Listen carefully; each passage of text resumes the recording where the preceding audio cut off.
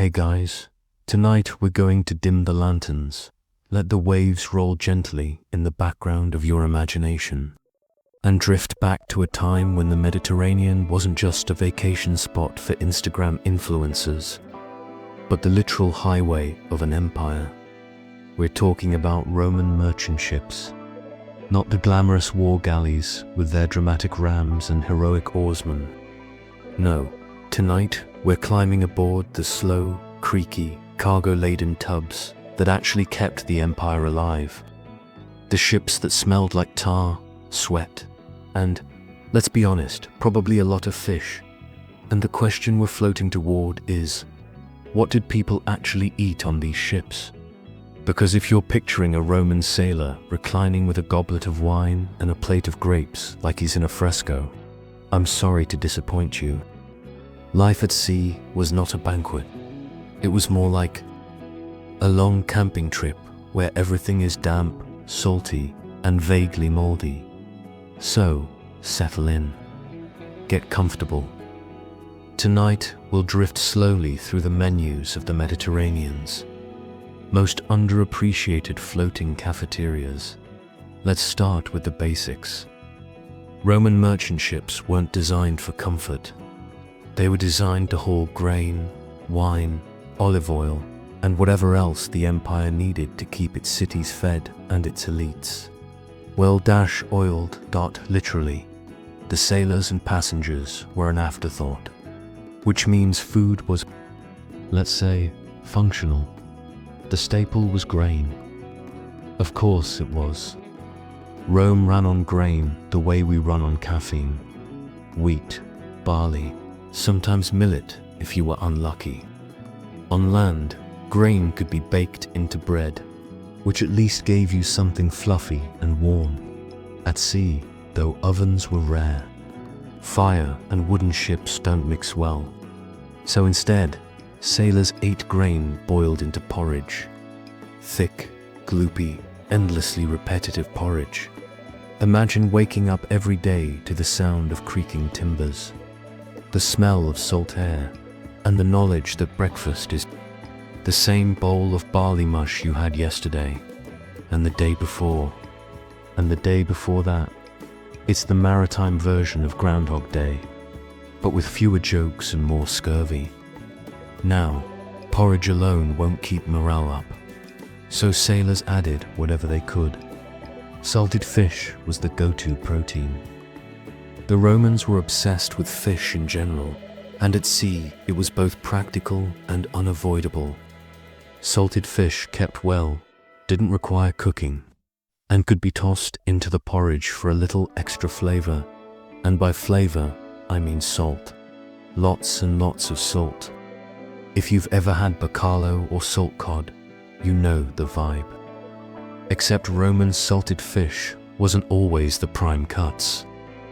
Often it was the scraps, the heads, the tails, the bits no one on land wanted. Because why waste the good stuff on sailors when you could sell it to someone with money? So yes, sailors ate fish porridge, which sounds like something a medieval monk would invent as punishment for sins. Let's float over to another delicacy, hardtack. The Romans didn't call it that, of course, but the concept was the same.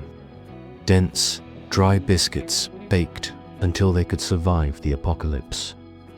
These were emergency rations meant to last for months without spoiling, which is great for logistics, but less great for your teeth.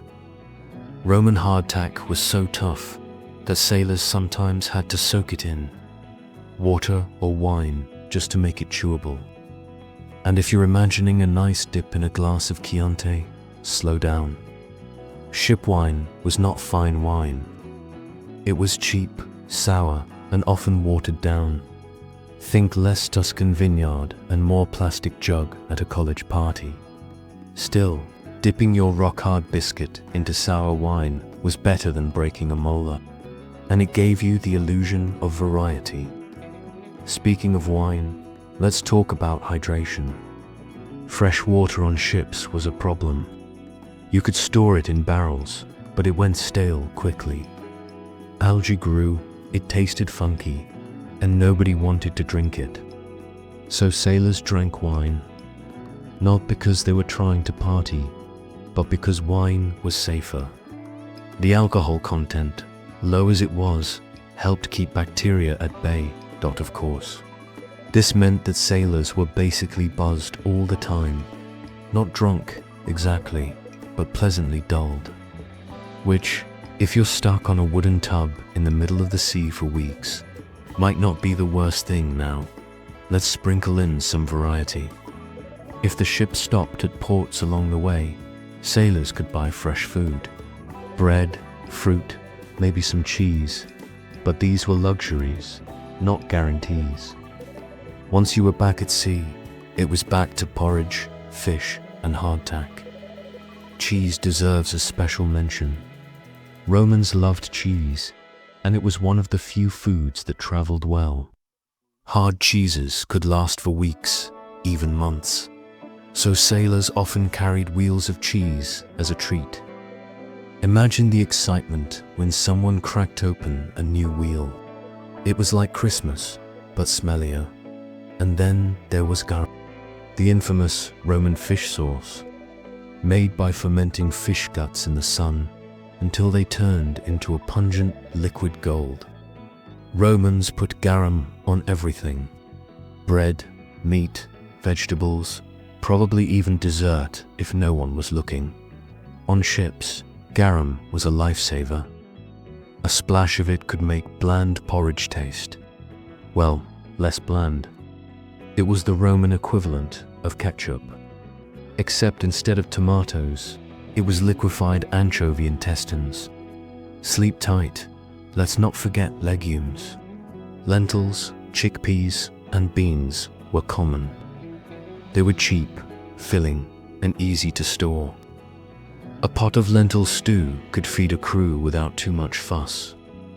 Of course, beans also meant digestive consequences, and on a cramped wooden ship with no privacy, that was everyone's problem. So, to recap the Roman sailor's menu: grain porridge.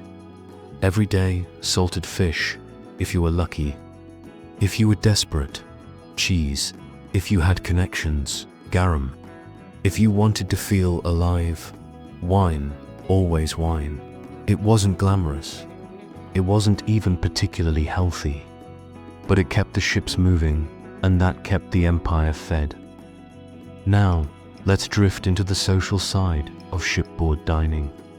Meals weren't private affairs. Sailors ate together, sitting on the deck or in cramped quarters below. Food was communal, ladled out from big pots. There was no menu, no choice. You ate what was there, or you went hungry. Passengers, wealthier merchants, officials, or unlucky travelers sometimes brought their own supplies. If you were rich, you could pack baskets of bread, fruit, even delicacies like olives or honey cakes, which must have been awkward, sitting next to sailors gnawing on hardtack while you nibbled figs. But wealth had its limits. Once your supplies ran out, you were stuck with the same porridge as everyone else. The sea is a great equalizer. And hygiene? Let's just say food safety standards were not a thing. Rats were common on ships, and they loved grain. Insects too. So sailors often had to pick weevils out of their rations, or not. Some probably just ate them for the extra protein. It's a reminder that for all Rome's grandeur, its marble temples, its aqueducts, its emperors strutting around in purple, most of its people lived lives that were gritty, uncomfortable, and very far from glamorous. Even the empire's lifeblood, the grain fleets, ran on porridge and salted fish, and that's where we'll pause for now. We've only just begun to explore the floating kitchens of the Roman world. In the next part, we'll drift deeper into the daily routines of sailors, the economics of feeding an empire at sea, and the small, strange details that made life aboard both miserable and oddly human. So, stay cozy. Let the waves rock you gently. And remember, if you ever feel bored with your dinner, at least you're not stuck with barley porridge on a Roman merchant ship. So, we've established the basics: porridge, salted fish, hardtack, wine, and the occasional cheese wheel. But let's stretch this out a little further, because the Roman diet at sea wasn't just about what they ate. It was about how they thought about food, how they stored it, and how they coped with the monotony. Storage nightmares. Imagine the logistics. You're loading a merchant ship in Ostia, Rome's bustling port. You've got amphorae of wine, amphorae of olive oil, amphorae of gar. Basically, amphorae of everything. And then you've got sacks of grain, wheels of cheese, maybe some dried fruit. Now amphorae are great for liquids. They're sealed with pitch or resin, and they can last a long time. But sacks of grain, those are basically an open invitation to rats. And rats were not shy. They were the true stowaways of the Roman world, so sailors had to guard their food. Not from pirates, not from storms, but from rodents. Which is a very Roman problem. You build an empire, conquer half the known world, and still lose your dinner to a mouse. The smell factor, let's be honest. Roman ships probably smelled terrible. You've got salted fish, fermenting garum, sweaty sailors, damp wood, and the occasional goat or chicken brought along for fresh meat. Yes, sometimes they brought live animals. Chickens were common because they didn't take up much space and could provide both eggs and meat. But chickens on a ship, that means feathers, droppings, and noise. Imagine trying to sleep in the hold while a rooster decides it's dawn. Except you're in the middle of the sea, and dawn doesn't matter. Add to that the smell of stale wine, moldy grain, and unwashed body, and you've got a sensory experience that no amount of sea breeze could fully erase. The psychology of eating the same thing now.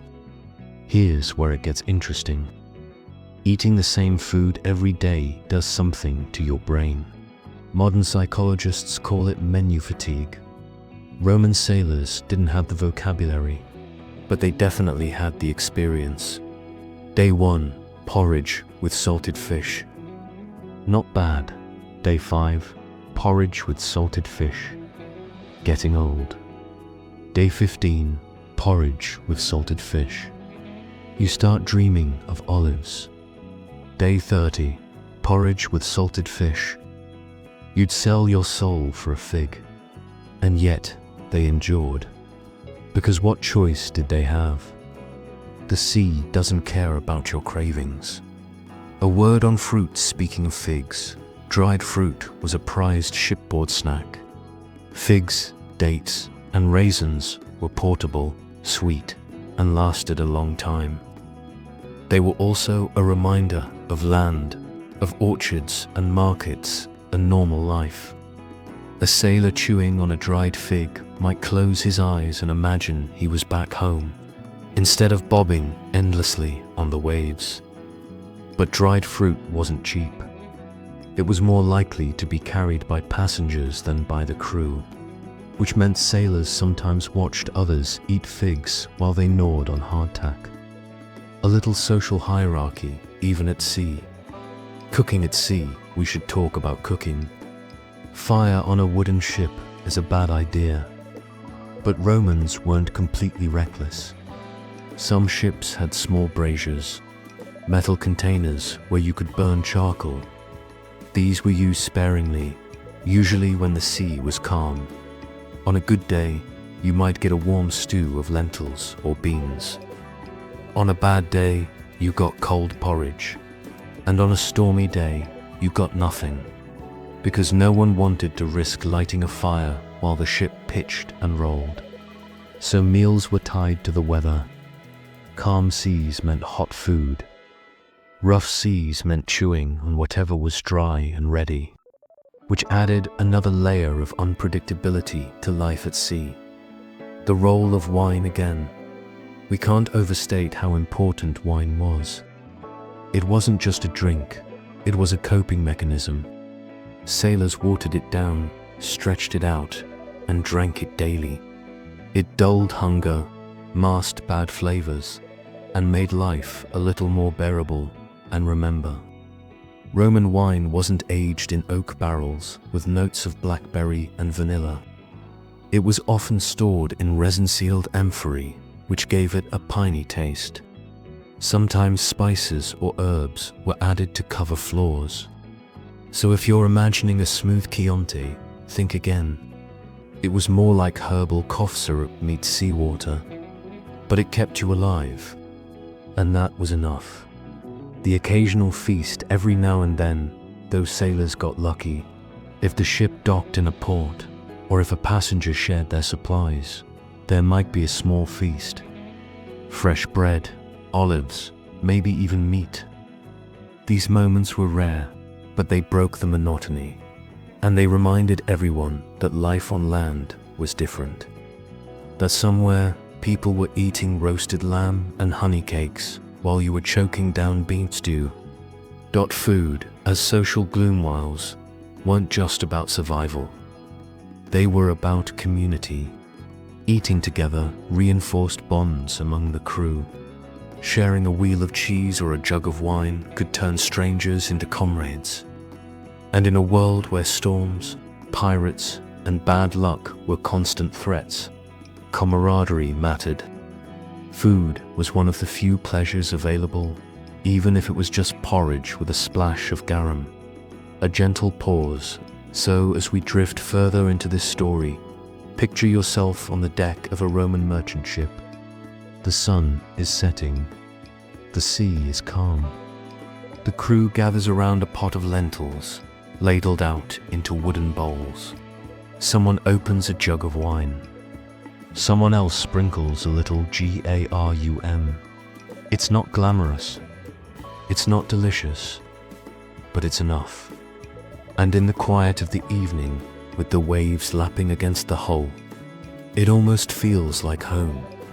So, we've covered porridge, salted fish, hardtack, and the occasional cheese wheel. But the Roman sailor's diet wasn't just about what went into the pot. It was about the rhythms of life at sea, the rituals around eating, and the little improvisations that made the difference between misery and slightly less misery. The daily meal rhythm. Roman sailors didn't have 3 square meals a day. That's a modern invention. Instead, they ate when they could. Usually, there was a main meal in the late afternoon or evening after the day's work was done. Breakfast, if it existed, was light. Maybe a piece of bread or a handful of dried fruit. Lunch was often skipped or improvised. So most of the day, you were running on fumes, wine, and the occasional bite of hardtack. Then, at the end of the day, you got your bowl of porridge or stew, which means the evening meal wasn't just food. It was the one reliable moment of comfort. Improvising flavor. Humans get creative when they're bored. And sailors were very bored. So they tried to spice things up. Literally, Roman ships sometimes carried herbs like coriander, fennel, or cumin. These were cheap, light, and easy to store. Tossing a pinch into the pot could make the difference between an edible sludge and slightly aromatic sludge. Garlic and onions were also common. They kept well and added flavor.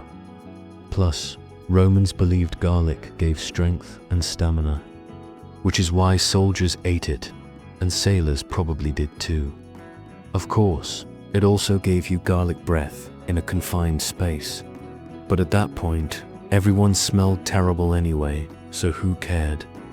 The problem of fresh meat was rare at sea. You couldn't exactly keep a cow on a merchant ship. Chickens, yes. Goats, sometimes. but mostly meat was salted or dried before the voyage, which meant it was tough, salty, and chewy. Occasionally, though, sailors caught fish. Not salted fish, but actual fresh fish pulled from the sea. This was a treat. Imagine the excitement when someone hauled in a tuna or a mackerel. Suddenly, dinner wasn't just porridge, it was grilled fish. Maybe even with a squeeze of lemon if someone had smuggled one aboard. Of course, fishing depended on luck, time, and calm seas, so it wasn't reliable. But when it happened, it was a morale boost. Sweetness at sea sugar didn't exist in the Roman world. Honey was the sweetener of choice, and honey traveled well. So sometimes, sailors had honey to drizzle on bread or mix into porridge. It was rare, but it turned a monotonous meal into something almost luxurious. Dried fruit also filled this role. Dates, figs, and raisins were nature's candy. They were portable, long-lasting, and packed with sugar. A handful of raisins could brighten a sailor's day. Eating as entertainment, here's the thing, on a long voyage. There wasn't much to do. You worked, you slept, you stared at the horizon. Meals became entertainment. The act of eating was something to look forward to, something to break up the endless monotony. So even if the food was bland, the ritual mattered. Sitting together, passing the jug of wine, complaining about the porridge. It was all part of the rhythm of life. The passenger problem, passengers complicated things. Wealthy merchants or officials often brought their own food. They might unpack baskets of bread, olives, cheese, even little cakes, which of course made the sailors jealous. Sometimes passengers shared, sometimes they didn't. And you can imagine the resentment when a sailor gnawed on hardtack while a passenger nibbled honey cakes. It was a floating reminder of Rome's social hierarchy, but the sea had a way of leveling things. Once the passenger supplies ran out, they were stuck with the same porridge as everyone else. And suddenly, they weren't so different. Food and superstition sailors are a superstitious bunch, and food often played a role in rituals. Pouring out a little wine as an offering to Neptune, saving a piece of bread for luck, avoiding certain foods before a voyage. We don't have detailed records of Roman sailor superstitions, but given how much Roman religion revolved around ritual, it's safe to assume food was part of it. Eating wasn't just survival, it was a way of negotiating with the gods. The long voyage, problem-short trips across the Mediterranean weren't too bad. A few days, maybe a week, but longer voyages, say from Egypt to Rome, could take weeks. And that's when supplies ran low, grain got moldy, water went stale, wine turned sour, hardtack grew weevils. By the end of a long voyage, meals were less about flavor and more about endurance. You ate because you had to, not because you wanted to, and yet, somehow, the ships kept sailing. The empire kept running. All on the backs of sailors, fueled by porridge, salted fish, and sour wine. A sleepy reflection so as we continue rocking gently on this imaginary ship. Picture the scene. The crew gathers at dusk. The pot of lentils is ladled out. Someone sprinkles in a pinch of cumin. Someone else pours a jug of wine. The food is simple, repetitive, maybe even depressing. But it's also life. And in that moment, under the stars, with the sea stretching endlessly around them, the sailors of Rome ate the same way they always had. Not for pleasure, not for luxury, but for survival. Hey guys, welcome back. If you're still awake, congratulations. If you've already dozed off, that's fine too. Tonight, we're continuing our slow sail across the Roman Mediterranean, and this time, we're zooming out a little, because while sailors were chewing on their barley porridge and salted fish, the empire itself was chewing on something much bigger, the logistics of feeding millions of people. And Roman merchant ships weren't just floating kitchens, they were the arteries of the empire. Rome's grain addiction lids start with the obvious. Rome was addicted to grain. The city had over 1 million people at its peak, and those people needed bread, lots of bread. Without grain shipments, the city starved. And when the city starved, riots happened. And when riots happened, emperors lost their thrones, or their heads, so grain wasn't just food. It was politics. It was stability. It was the difference between a calm city and a mob throwing rocks at the Senate. And where did the grain come from? Egypt, mostly. The Nile's fertile floodplains produced bumper crops, and those crops were shipped north across the Mediterranean to feed Rome, which meant Roman merchant ships weren't just carrying food, they were carrying the empire's future, the owner, Rome's food welfare system. The Romans even had a system for this, Think of it as state-sponsored food distribution. Grain was collected as tax from provinces like Egypt and North Africa, shipped to Rome, and handed out to citizens at subsidized rates, or sometimes for free. This wasn't generosity, it was survival politics. Keep the people fed, and they won't overthrow you. Neglect the grain supply, and you'd better start polishing your last words. So, when we talk about Roman merchant ships, we're not just talking about sailors eating porridge. We're talking about the lifeline of an empire, the grain fleet. The ships that carried this grain were massive by ancient standards. Some could hold thousands of tons of cargo. They weren't sleek war galleys. They were big, round-bellied tubs designed for bulk transport, and they were slow. A voyage from Alexandria to Rome could take weeks, depending on the winds, which meant the food for the sailors had to last just as long. Imagine provisioning a ship for a month-long journey with no refrigeration. It was a logistical nightmare, but the Romans managed it. Amphorae of wine and oil, sacks of grain, wheels of cheese, barrels of salted fish, all carefully packed and rationed. Politics on the high seas. Here's where it gets ironic.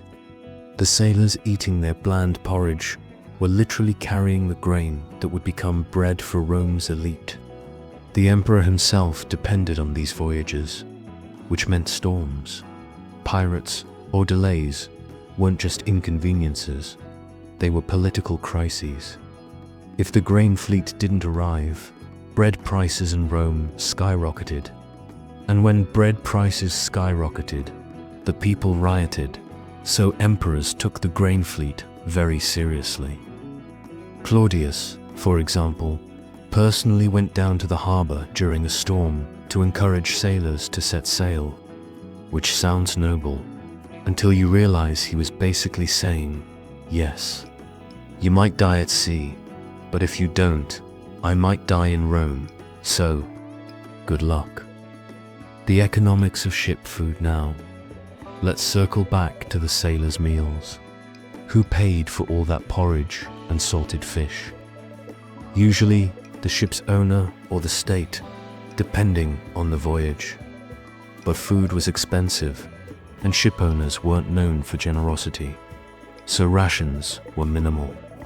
Enough to keep you alive, not enough to keep you happy, which explains why sailors supplemented with fishing, scavenging, or buying food at ports. Passengers, of course, paid their own way. If you booked passage on a grain ship, you brought your own supplies, which meant the ship was a floating buffet of inequality. Sailors with porridge, passengers with olives and figs, and the occasional goat bleating in the corner. The symbolism of bread wasn't just food in Rome, it was identity. The phrase bread and circuses comes from this era. As long as the people had bread and entertainment, they were content. So every sack of grain on a merchant ship wasn't just calories, it was politics, culture, and control. The sailors might not have thought about it that way while chewing their hardtack, but they were literally carrying the empire's stability in their cargo hold. A pause to reflect, so picture it again. A Roman merchant ship, heavy with grain, creaking across the sea. The sailors gather at dusk, eating their lentil stew. Above them, the stars. Below them, the empire's lifeline. It's not glamorous, it's not heroic, but it's essential. And without those bowls of porridge, without those barrels of salted fish, Rome itself might have crumbled. Pirates, storms, and other inconveniences. So you've got your ship loaded with grain. You've got your sailors chewing on their lentil stew. You've got your amphory of wine slushing in the hold. And then pirates. Yes, pirates were a constant headache. The Mediterranean was basically the Wild West of the sea until Pompey the Great launched his famous anti-pirate campaign in 67 BCE. Before that, pirates regularly intercepted grain ships, stole the cargo, and sometimes even sold the sailors into slavery, which is a pretty bad day at work.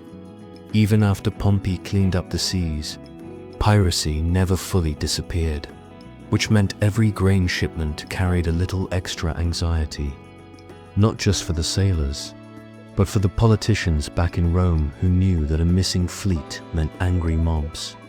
And then there were storms. The Mediterranean might look calm on a postcard, but it could be brutal. Sudden squalls, shifting winds, and the occasional shipwreck. Grain ships were big and heavy, but they weren't invincible. A single storm could scatter a fleet, sink ships, and ruin cargo, which meant that every bowl of porridge in Rome was, in a way, a victory over chaos. The emperor's anxiety emperors knew this. They obsessed over the grain supply.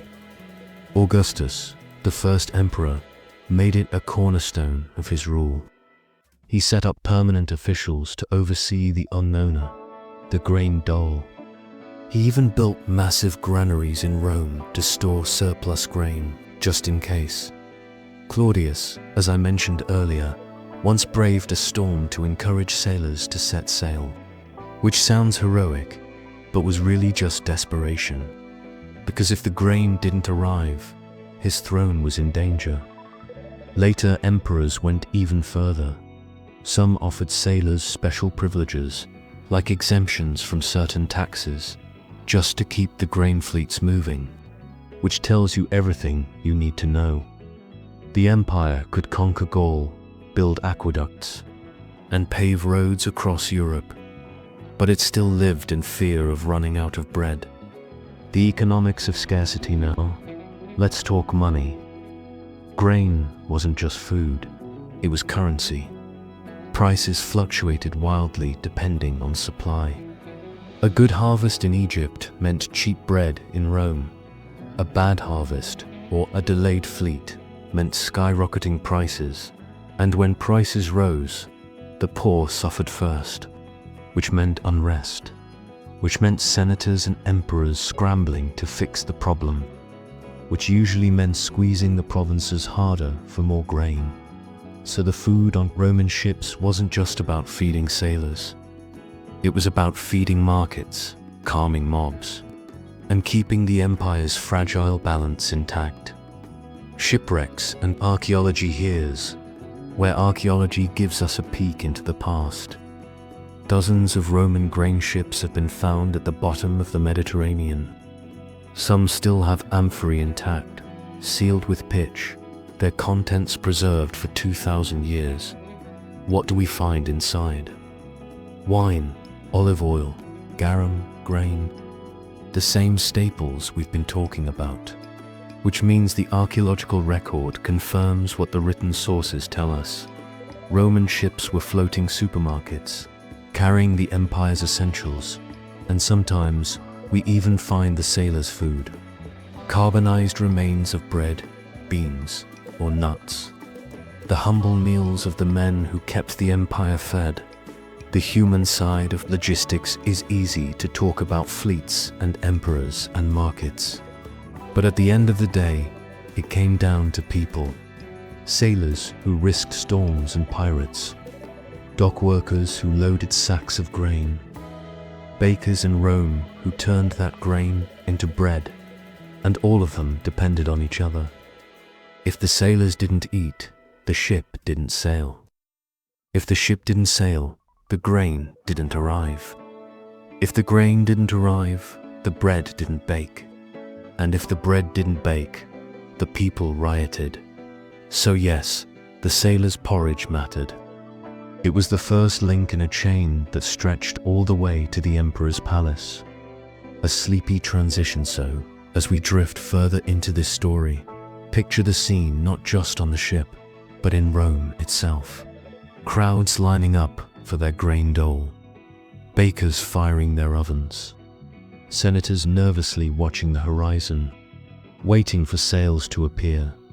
And somewhere out there, a ship creaks across the waves. Its sailors chewing on hardtack, its hold full of grain. Its fate tied to the empire itself. North Africa, Rome's other breadbasket hog, talked about Egypt. But North Africa deserves its own spotlight. After Rome conquered Carthage and turned the region into a province, the fertile plains of modern Tunisia and Libya became another breadbasket. By the 2nd century CE, North Africa was supplying as much as 2/3 of Rome's grain. So picture it. Endless fields of wheat swaying in the African sun, harvested by local farmers, taxed by Roman officials, and loaded onto ships bound for Italy. The irony, of course, is that the people growing the grain often lived in poverty, while the grain itself was shipped off to feed Rome's urban masses. A very Roman arrangement. Squeeze the provinces so the capital can gorge. The ports that made it work, the system depended on ports. Alexandria in Egypt was the crown jewel. Its massive harbor could handle fleets of grain ships. Carthage and Hippo Regius in North Africa were also major hubs. And on the Italian side, Ostia was the gateway to Rome. Ostia was more than a port. It was a logistical machine. Warehouses lined the docks, storing grain in massive quantities. From there, it was shipped up the Tiber River to Rome itself. Imagine barges loaded with sacks of wheat, drifting slowly upriver, while dock workers cursed and sweated on the banks. And of course, ports weren't just about grain. They were about people. Sailors, merchants, tax collectors, dock workers, innkeepers, prostitutes, thieves. The whole messy human ecosystem that springs up wherever money and cargo flow. The bureaucracy of breadth. Romans loved bureaucracy almost as much as they loved conquest, and the grain supply was no exception. Officials tracked shipments, measured grain, and enforced quotas. The praefectus unknown, the prefect of the grain supply, was one of the most important officials in Rome. This wasn't a glamorous job, but it was powerful. If you controlled the grain, you controlled the city, which meant emperors kept a close eye on whoever held the post. A mistake in the grain supply wasn't just a clerical error, it was a potential rebellion ship. Size and scale. Let's pause for a moment to appreciate the ships themselves. Roman grain ships could be enormous. The Isis, a famous Alexandrian grain ship described by Lucian, was said to be over 50 meters long and capable of carrying thousands of tons of cargo. Now, ancient writers loved to exaggerate, so take those numbers with a pinch of garum. But even so, these were massive vessels by ancient standards. They were the container ships of their day, slow, unwieldy, but essential. And the bigger the ship, the bigger the problem of feeding the crew. A large grain ship might carry dozens of sailors, plus passengers, which meant more porridge, more salted fish, more wine. The logistics of feeding the feeders of Rome, the seasonality of sailing here's a fun wrinkle. The Romans didn't sail year-round. The Mediterranean had a safe sailing season, roughly from March to November. In winter, storms made voyages too dangerous, which meant the grain supply was seasonal. Ships had to carry enough during the safe months to last through the winter. Granaries in Rome stockpiled grain to cover the gap. But if the summer shipments were delayed or disrupted, winter could be grim. So every voyage mattered. Every ship that left Alexandria or Carthage carried not just grain, but the hope of a stable winter in Rome. The human cost it's easy to talk about fleets and ports and officials. But let's not forget the sailors themselves. These were men who spent weeks at sea, eating porridge, sleeping in cramped quarters, risking storms and pirates. They weren't celebrated heroes. They weren't remembered in marble statues. They were anonymous laborers doing the dirty work that kept the empire alive. And their reward, a bowl of lentils, a jug of sour wine, and maybe a coin or two at the end of the voyage. It's a reminder that empires aren't built on emperors alone. They're built on the backs of ordinary people whose names we'll never know, but whose porridge kept the world turning, a sleepy drift toward reflections. As we stretch part 2 even further, picture the whole system. Fields of wheat in Egypt and North Africa, ships creaking across the sea, ports bustling with cargo, granaries stacked high in Rome, and at the center of it all, the humble sailor, spooning porridge into his mouth, unaware that his meal is part of a chain that holds an empire together.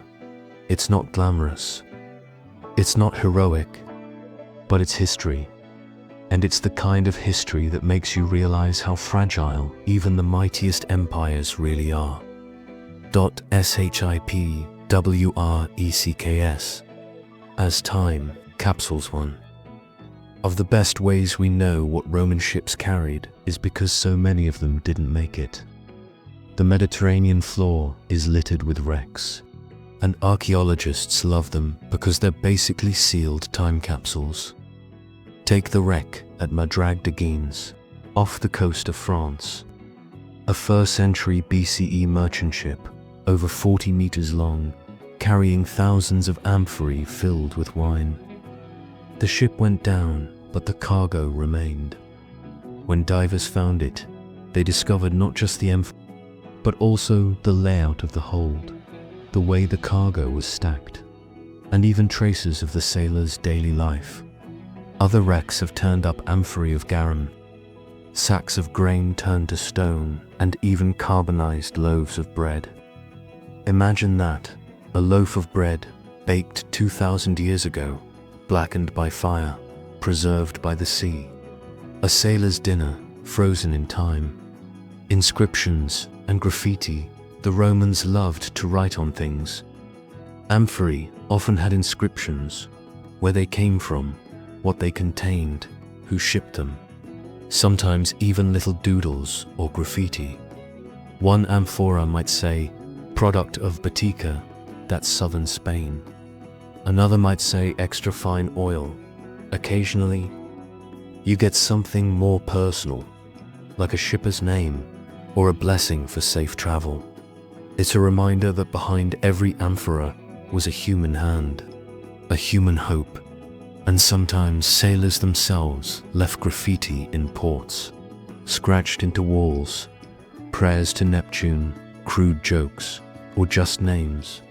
The kind of thing bored men do while waiting for cargo to load. Provisioning, the voyage's lets Think about the logistics of provisioning. A ship leaving Alexandria for Rome might carry grain for the city, but it also had to carry food for the crew, which meant a double load: cargo for the empire, rations for the sailors. How much food did a crew need? Ancient sources suggest a sailor might get about a pound of grain a day, plus some fish or beans.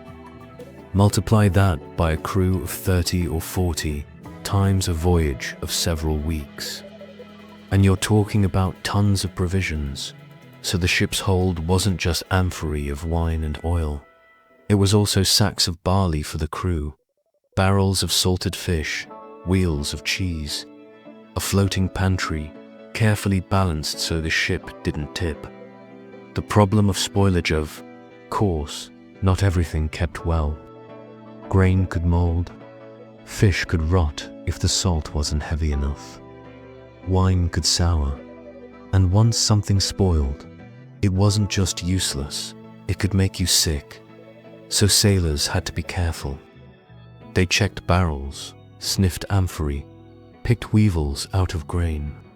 It wasn't glamorous, but it was survival. And sometimes, despite their best efforts, they ended up with food that was barely edible, which is why garum was so useful. It could cover a multitude of sins. The role of religion, food, and religion were intertwined. Before a voyage, sailors might sacrifice a bit of bread or pour out some wine to Neptune. On board, they might save a portion of the meal as an offering. It wasn't just superstition, it was insurance. The sea was unpredictable, and sailors wanted every bit of divine help they could get. So even the porridge became part of a ritual, a way of negotiating with the gods. The politics of delaying now. Let's imagine a fleet delayed by storms. The grain doesn't arrive in Rome on time. Bread prices rise. Crowds gather in the forum, shouting for relief. Senators panic. The emperor issues decrees.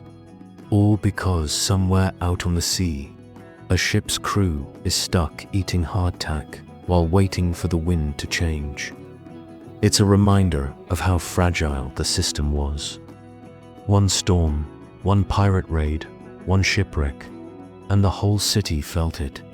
A sleepy reflection. So, as we stretch part 2 even further, picture the chain again. Farmers harvesting wheat in Egypt, officials tallying quotas, dock workers loading sacks, sailors eating porridge on deck, ships creaking across the sea, granaries filling in Rome, bakers kneading dough, citizens lining up for bread, all of it connected, all of it fragile, and all of it dependent on the humble meals of sailors who never imagined their porridge was holding up an empire. We're back on the deck of a Roman merchant ship, where the real action, or, let's be honest, the real boredom was happening. Because while the empire depended on these ships, the men who sailed them lived lives that were anything but glamorous. Sleeping arrangements, or where not to lie down first, let's talk about sleep. Roman merchant ships didn't have cozy cabins for the crew. No hammocks, no bunks, no private quarters. Sailors slept wherever they could, on deck, in the hold, curled up next to a barrel of salted fish. If it rained, you got wet. If the sea was rough, you slid round. If rats were scurrying nearby, well, you had company. Privacy wasn't a thing. Comfort wasn't a thing. You were basically camping on a floating warehouse.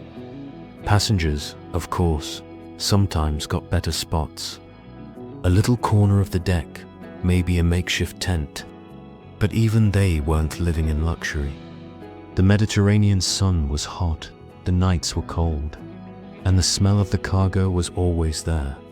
Work, work, and more work. Sailing a merchant ship wasn't easy.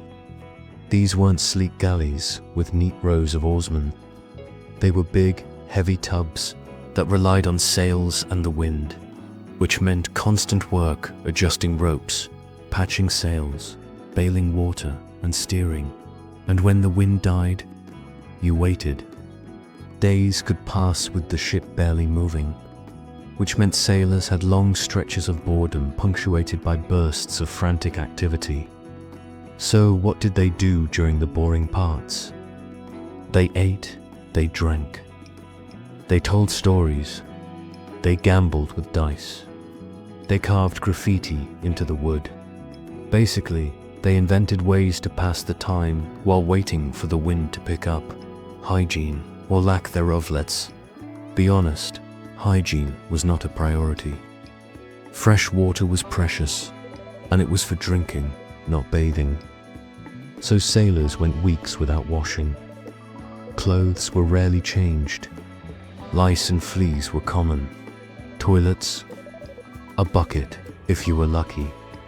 Otherwise, the side of the ship, which meant the smell was memorable. Add in the chickens, goats, and salted fish, and you've got an aroma that no amount of sea breeze could fix. Food, as Root and Wev already talked about. What they ate: porridge, salted fish, hardtack, wine. But food wasn't just fuel. It was routine. It gave structure to the day. Morning, maybe a bite of bread or dried fruit. Midday, a sip of wine, a handful of nuts. Evening, the main meal, a pot of beans or lentils shared by the crew. It wasn't much, but it was predictable. And predictability mattered when everything else, wind, weather, pirate stot, was out of your control. Entertainment, that's the entertainment, was simple. Dice games were popular. Romans loved gambling, and sailors were no exception. A few carved dice could turn a long voyage into a rolling contest of luck and curses. Storytelling was another pastime. Tales of gods, heroes, and monsters. Or gossip about Rome. Or just making fun of each other. Humor was probably crude, but it passed the time. And then there was singing. Work songs to keep rhythm while hauling ropes. Drinking songs when the wine came out. Lullabies of the sea, echoing across the waves. Quirks and superstitions. Sailors are always superstitious, and Roman sailors were no different. Some wouldn't eat certain foods before a voyage. Some carried amulets or charms. Some whispered prayers before meals.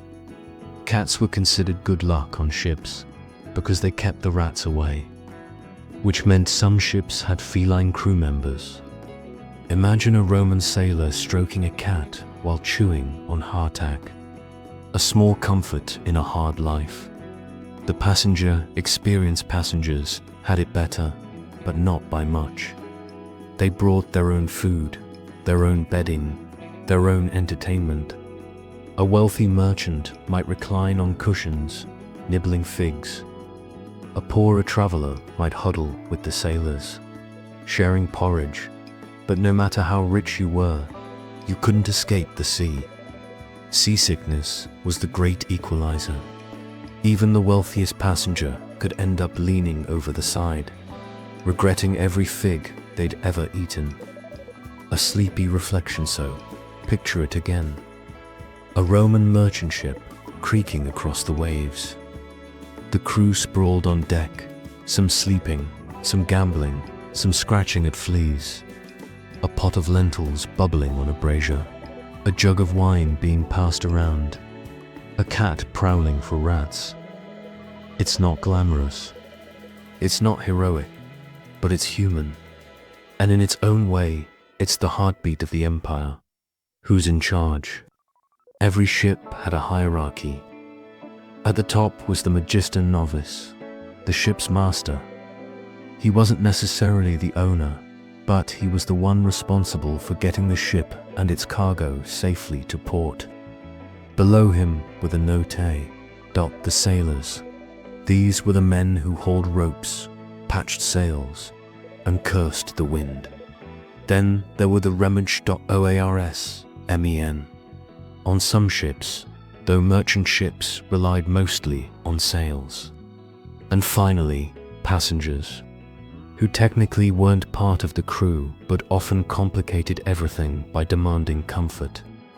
On a vessel designed for cargo, the hierarchy was strict. Orders flowed down, complaints flowed up, and punishments were handed out when things went wrong. Punishments at sea life at sea wasn't democratic. If a sailor disobeyed orders, the punishments could be harsh. Flogging was common. Withholding rations was another.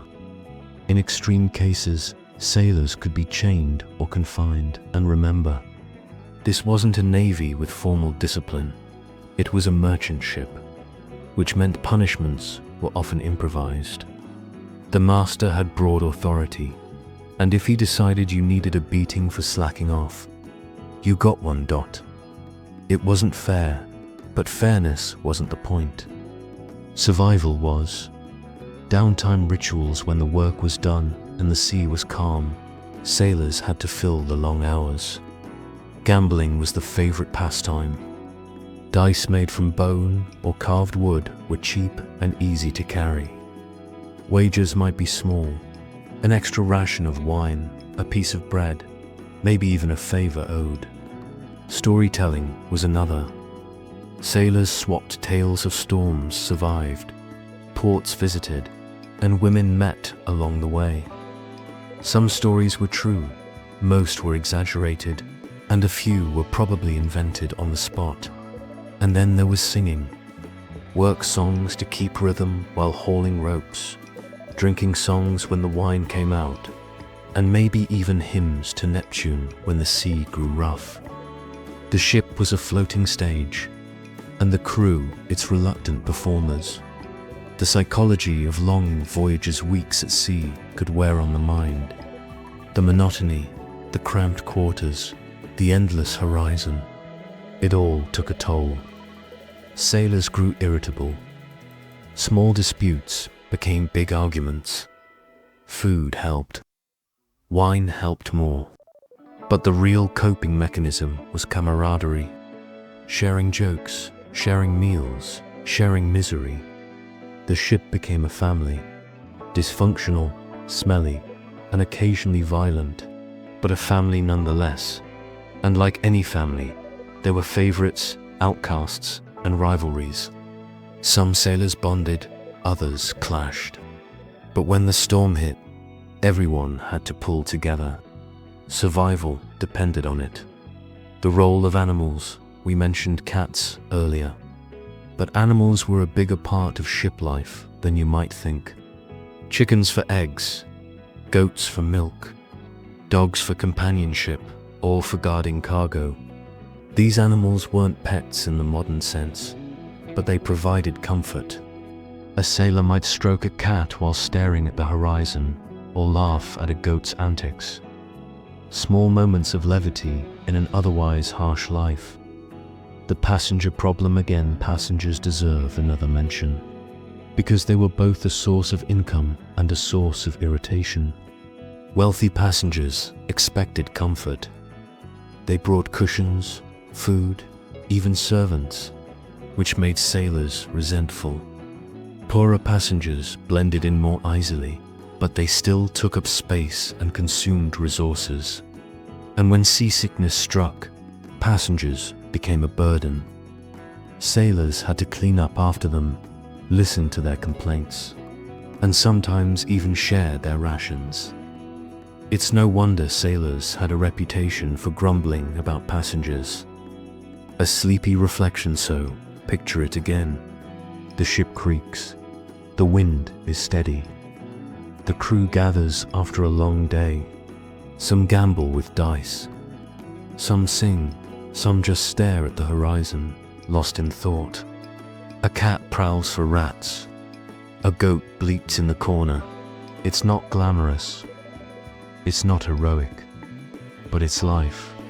And in its own way, it's the quiet heartbeat of the empire.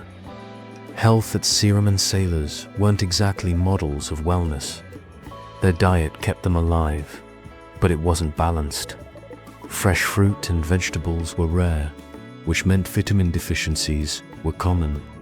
Scurvy, though not named as such, almost certainly plagued long voyages. Gums bleeding, teeth loosening, fatigue setting in. It was the price of porridge and salted fish. Add to that the constant dampness, the lack of hygiene and the cramped quarters, and you've got a recipe for respiratory infections, skin diseases, and parasites. Lice were a given, worms were likely, and if you cut yourself on a rusty nail, infection could be fatal. So while the empire depended on sailors, it didn't exactly keep them in peak condition. They were expendable labor, patched together with wine and willpower. Comparing sea and land diets and land, even the poor had more variety. Bread, olives, vegetables, occasional meat. In the countryside, farmers ate what they grew: cabbage, onions, beans, fruit in season. It wasn't luxurious, but it was fresher and more diverse than shipboard fare at sea. Everything was reduced to what could survive weeks in storage: salted, dried, or fermented, which meant sailors' meals were harsher, saltier, and blander than what they'd eat at home.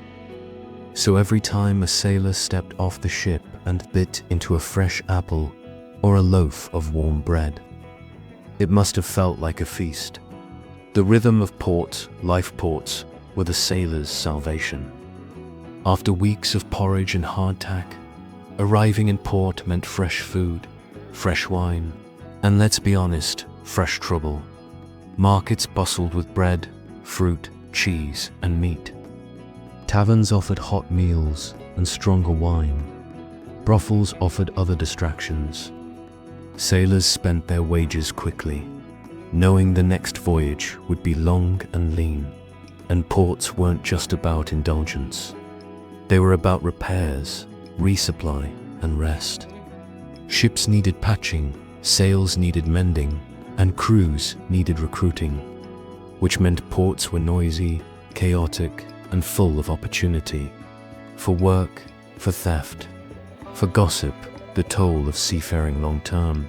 Seafaring wore men down. The constant exposure to sun and salt aged them quickly. Their skin toughened, their joints ached, their teeth suffered from the diet. Many sailors didn't live long lives, but those who did became hardened veterans with stories etched into their faces. They were the backbone of the empire's supply chain, though history rarely remembers their names. Food as memory, one last thought. Food wasn't just sustenance, it was memory. A sailor eating porridge on deck might dream of his mother's bread, his village's olives, the figs from his childhood orchard. Every bite of bland stew was a reminder of what he'd left behind. And maybe that's why sailors clung to little luxuries: honey, dried fruit, a wheel of cheese. Not just for taste, but for the comfort of memory. A sleepy reflection, so picture it again. The ship creaks. The crew gathers for their evening meal. The porridge is bland, the wine is sour, the air is thick with salt and sweat. But in their minds, they taste home. They taste the land. They taste the life waiting for them when the voyage ends. It's not glamorous.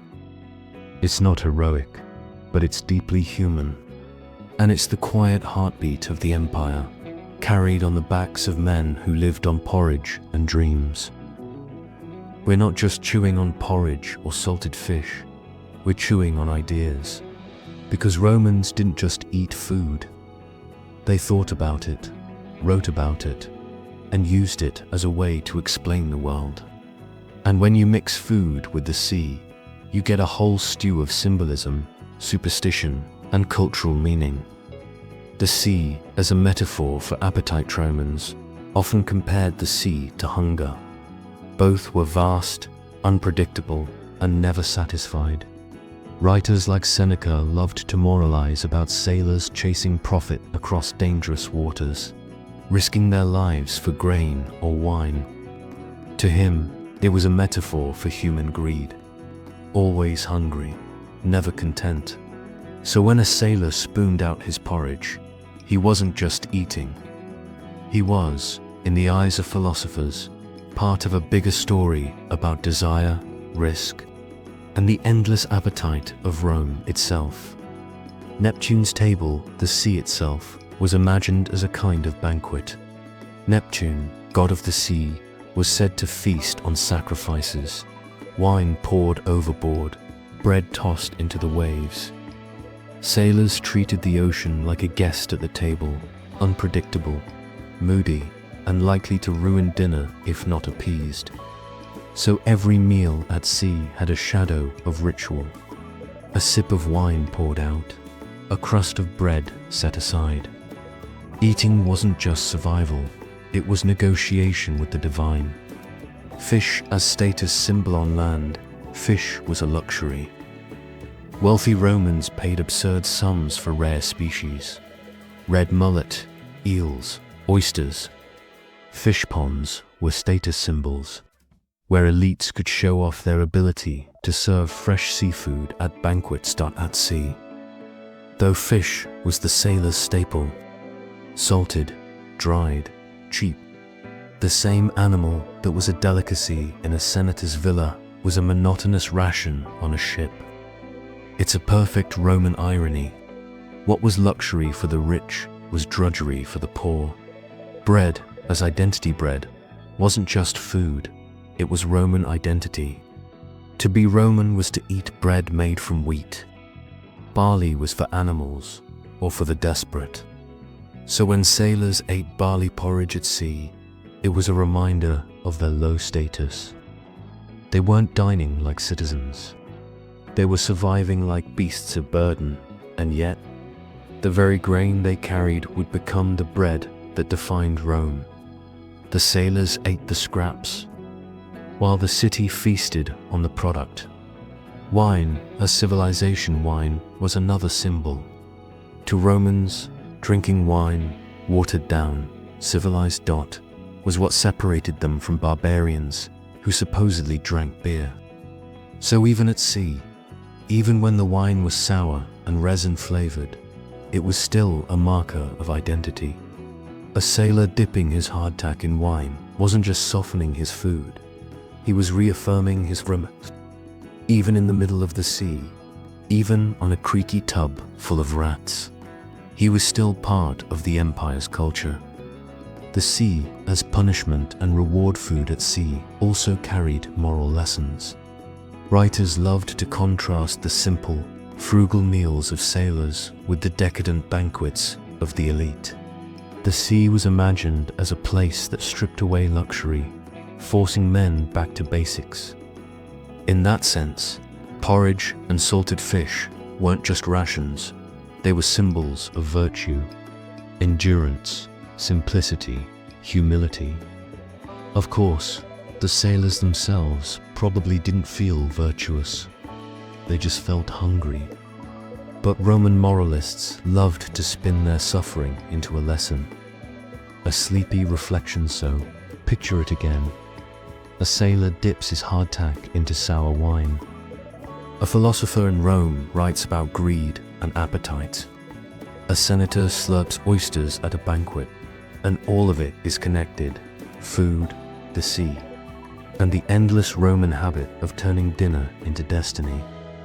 It's not glamorous, it's not heroic, but it's deeply Roman, and it shows how even the humblest porridge could carry the weight of an empire's imagination. Satire at the table. Romans loved satire almost as much as they loved wine. Writers like Juvenal and Martial couldn't resist mocking the absurdities of Roman dining. They sneered at elites who paid fortunes for exotic fish while ordinary people lived on barley gruel. Imagine, pen in hand, rolling his eyes at a senator bragging about his mullet, while sailors gnawed on hut. For him, The contrast was the joke. The empire's lifeblood carried by men eating scraps, while the rich stuffed themselves with delicacies. Food at sea became a kind of punchline, proof that Rome's grandeur was built on very unglamorous foundations. The Stoic spin philosophers, especially the Stoics, loved to turn sailors' diets into moral lessons. Seneca, for example, praised simplicity. "Why chase oysters and honey cakes," he asked, "when a bowl of lentils will do?" For him, the sailor's porridge wasn't misery. It was virtue. A reminder that true strength came from endurance, not indulgence. Of course, Seneca himself was fabulously wealthy, so it's easy to praise porridge when you don't actually have to eat it every day. But that's philosophy for you. The sea as chaos, food as order in Roman thought. The sea was chaos, unpredictable, dangerous, untamed. Food, on the other hand, was order, measured, rationed, controlled. So every meal at sea was a little act of defiance, a way of saying, yes, the waves may toss us around, but we can still boil our barley and drink our wine. It's a small thing. But in a world without GPS, weather forecasts, or life jackets, small things mattered. Banquets versus rations. Roman writers loved to contrast the banquets of the elite with the rations of the poor. At a banquet, you might get peacock tongues, dormice stuffed with nuts, or fish served in elaborate sauces. At sea, you got porridge with a splash of garum. The contrast wasn't just culinary, it was moral. Banquets represented decadence, excess, and corruption. Shipboard rations represented simplicity, endurance, and necessity, which meant sailors, in their misery, became symbols of Roman virtue, whether they liked it or not. The comedy of seasickness. Another favorite theme was seasickness. Writers loved to mock wealthy passengers who boarded ships with baskets of delicacies, only to spend the voyage leaning over the side, losing everything they'd packed. It was a kind of cosmic joke. The sea stripped away luxury, leaving everyone equal in nausea. The sailor with his porridge might laugh at the senator with his oysters, because, in the end, both ended up with empty stomachs. Food as fatramans also saw food as fate. The grain fleets weren't just cargo, they were destiny. If the ships arrived, Rome thrived. If they didn't, Rome starved. So every amphora of wine, every sack of grain, every wheel of cheese carried a weight far beyond its calories, and sailors knew it. They might not have read philosophy, but they understood that their porridge was part of something bigger, that their meals, humble as they were tied to the empire's survival. A sleepy reflection, so picture it again. A philosopher in Rome writes about virtue. A satirist mocks a senator's banquet. A sailor dips his hardtack in sour wine. And all of it is connected. Food, the sea, and the endless Roman habit of turning dinner into destiny, comedy, and moral lesson all at once.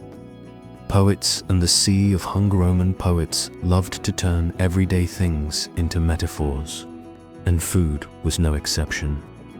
Horace, for example, often contrasted the simple meal of a humble man, bread, olives, maybe a cup of wine, with the extravagant banquets of the elite.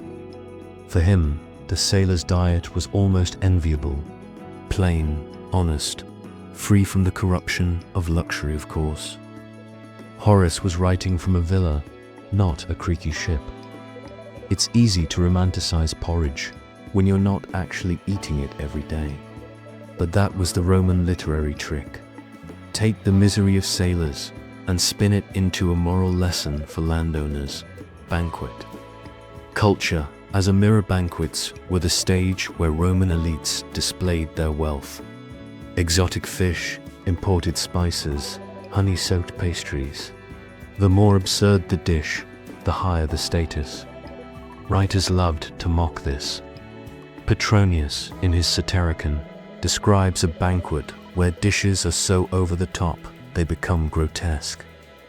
Meanwhile, sailors at sea were eating barley gruel. The contrast was the point. Rome's glittering surface rested on a foundation of porridge and salted fish. It's a reminder that food wasn't just sustenance, it was theater. And the sailors' rations were the backstage crew. Invisible but essential. Inscriptions and everyday voices archaeology gives us glimpses of how ordinary people thought about food. Inscriptions scratched onto amphorae sometimes included blessings like Benevallius, "May you be well," or little jokes.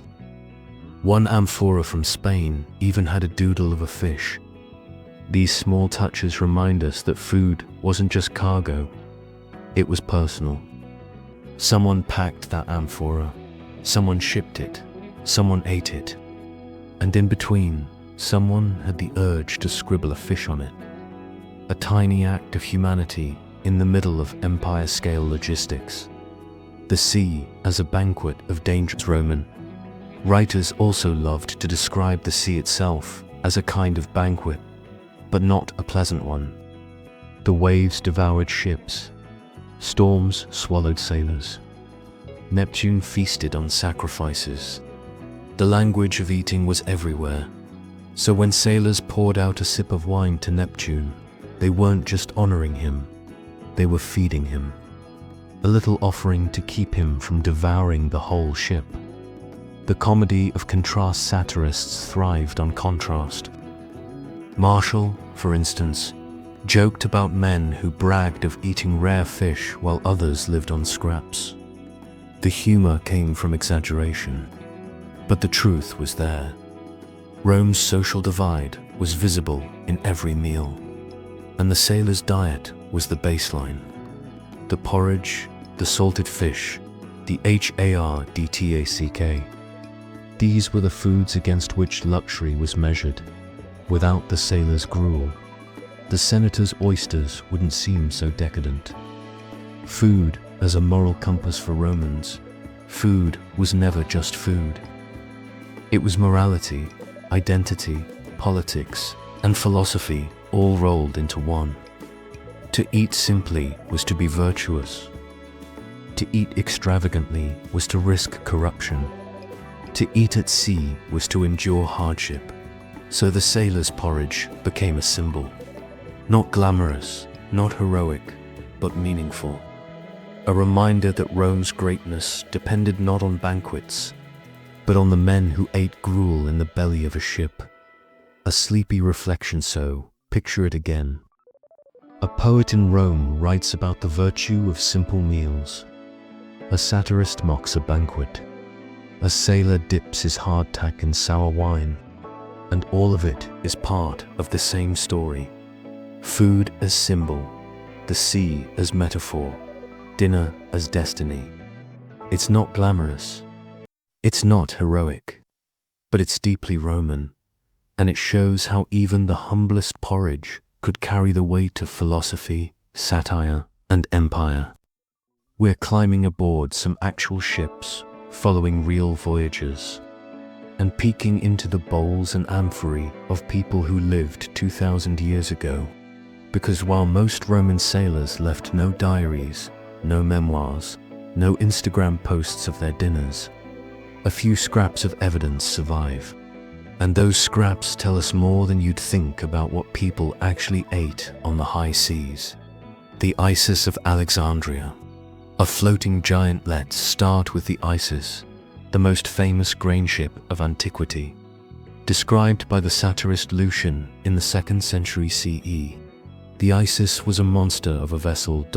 Over 50 meters long, with a cargo capacity that boggled the imagination of ancient readers.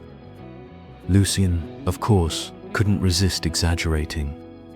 He described the ship as so massive it seemed like a floating city, with sails taller than temples and a hull that could swallow entire fleets. But what interests us isn't just the size, it's the people on board. Imagine the provisioning. Dozens of sailors, weeks at sea, all needing food. The cargo was grain for Rome, but the crew needed their own supplies. Sacks of barley, amphorae of wine, barrels of salted fish. Lucian doesn't tell us what they ate, but we can guess. The same porridge, the same fish, the same sour wine. And maybe, just maybe, a few luxuries smuggled aboard by passengers. Figs, olives, cheese. The Isis was a marvel of engineering, but its crew still lived on the same humble rations as any other sailor.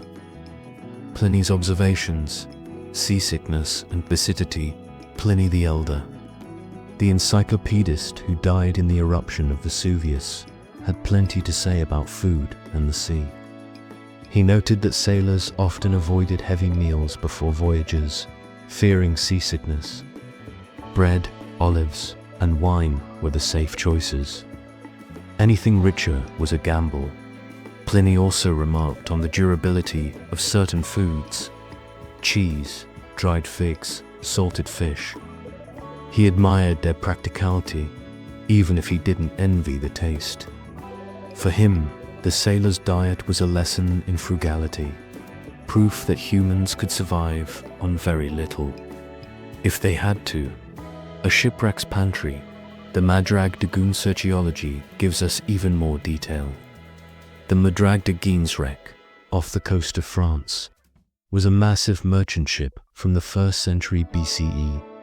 When divers explored it, they found thousands of amphorae, mostly wine, but they also found traces of food for the crew, carbonized beans, nuts, and even fragments of bread. Imagine the scene: sailors huddled around a brazier, boiling beans in a pot, dipping bread into wine, cracking nuts for a rare treat.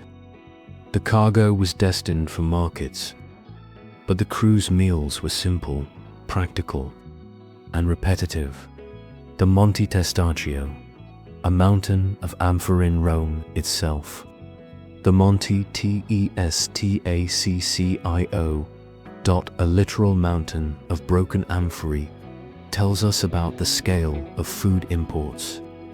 Millions of amphorae, once filled with olive oil, were dumped there over centuries. Each amphora had inscriptions: where it came from, who shipped it, how much it held.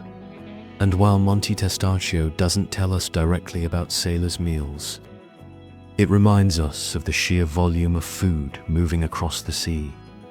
Every amphora was handled by sailors, loaded onto ships, guarded against storms. And every sailor, in turn, ate his porridge and salted fish while carrying the empire's lifeblood. The passengers, perspective occasionally. We get glimpses of passengers. Cicero, the orator, once complained about a rough voyage where he was seasick and miserable. He doesn't describe the food, but we can imagine. A wealthy man, used to banquets, suddenly reduced to nibbling bread and olives while clinging to the side of a ship. For passengers, the contrast was stark. On land, luxury. At sea, survival. And seasickness made even the simplest meal a challenge. A day in the life. Reconstructing a voyage. Let's reconstruct a day on a Roman merchant ship, based on the evidence. Morning, the crew wakes at dawn. A quick bite of bread or dried fruit, washed down with watered wine. No time for cooking, just fuel for the day's work. Midday, if the sea is calm, maybe a pot of beans or lentils is set on the brazier. Otherwise, more bread, more wine. Evening, the main meal. Barley, porridge, salted fish, maybe a bit of cheese. Shared from a communal pot, eaten with wooden spoons or just hands. A jug of wine passed around. Night, dice games, songs, stories. Then sleep, wherever you can find space. It's monotonous, but it's predictable. And predictability was a comfort in a world where storms and pirates could strike at any time. The humor of hardship. Roman writers often found humor in the hardships of sailors. They mocked seasickness, the blandness of rations, the endless complaints. For them, the sailor's life was both pitiable and laughable, reminder of how far removed the elites were from the realities of empire.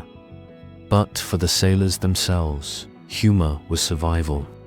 Jokes about porridge, songs about storms, laughter at passengers vomiting over the side. It was how they endured.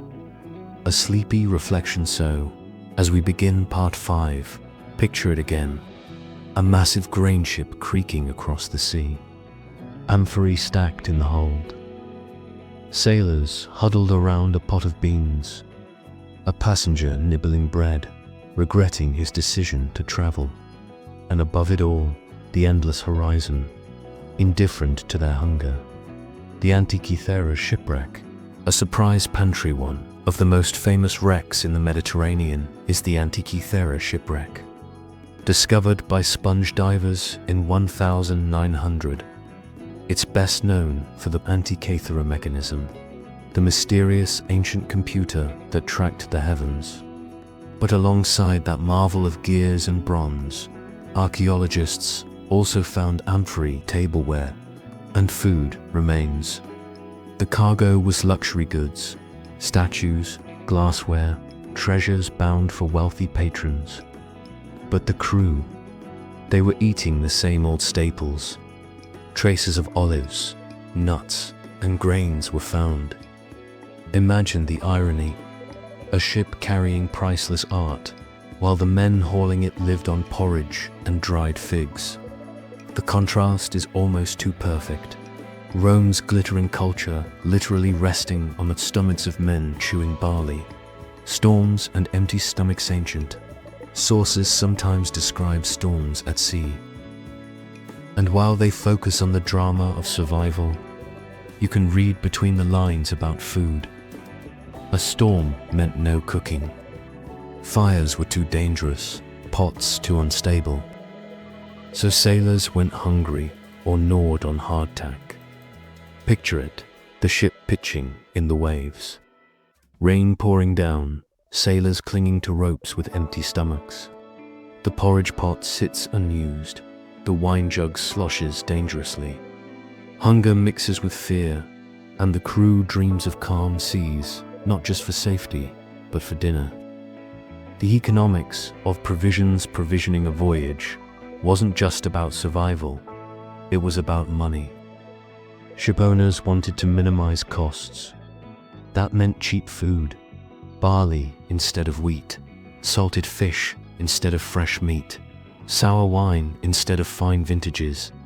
Passengers, of course, could bring their own supplies. A wealthy merchant might board with baskets of bread, jars of olives, even honey cakes, which created a floating microcosm of Roman society, the rich feasting, the poor enduring, all on the same creaky deck. And sometimes, when the voyage dragged on, the rich ran out of delicacies and ended up sharing the sailor's porridge, a small taste of equality enforced by the sea. A voyage from Egypt to Rome. Let's reconstruct a specific voyage. A grain ship leaving Alexandria for Ostia. Day 1, the ship departs, loaded with grain. The crew eats bread and cheese, spirits high. Passengers nibble figs and olives. Day 5, the wind is steady. Meals are routine. Porridge in the evening, wine at night. The novelty has worn off. Day 10, supplies of fresh food are dwindling. Passengers eye their dwindling baskets. The crew jokes grimly about porridge forever. Day 15, a storm hits. No cooking. Everyone goes hungry, seasick, miserable. Bread and hardtack are all that's left. Day 20, calm returns. A pot of lentils is boiled. Spirits lift. Someone cracks open a wheel of cheese saved for emergencies. It feels like a feast. Day 25, land is sighted. The crew cheers. Passengers dream of fresh bread in Rome. The porridge pot is scraped clean one last time. It's not Homer's Odyssey. It's not epic, but it's real. And it's the kind of voyage that kept Rome alive. The humor of passengers' writers loved to mock passengers who weren't used to sea life. Cicero, as I mentioned earlier, complained bitterly about seasickness. Seneca joked about men who boarded ships with baskets of delicacies, only to lose them over the side. For sailors, this was entertainment.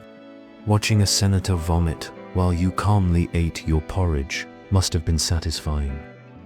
A reminder that the sea didn't care about status. Everyone was equal when the waves hit. Archaeological traces of Meal's shipwrecks sometimes preserve the tiniest details. Carbonized bread, charred beans, even fish bones. These fragments tell us what sailors actually ate, not just what writers imagined. One wreck off Sicily contained amphorae of wine, jars of olives, and sacks of grain. Another near Spain had nuts and dried fruit. These weren't luxuries. They were practical, portable, and durable, the staples of survival. And yet, even in their simplicity, they tell a story. A story of men who lived on the edge of empire, carrying its lifeblood, sustained by beans and bread.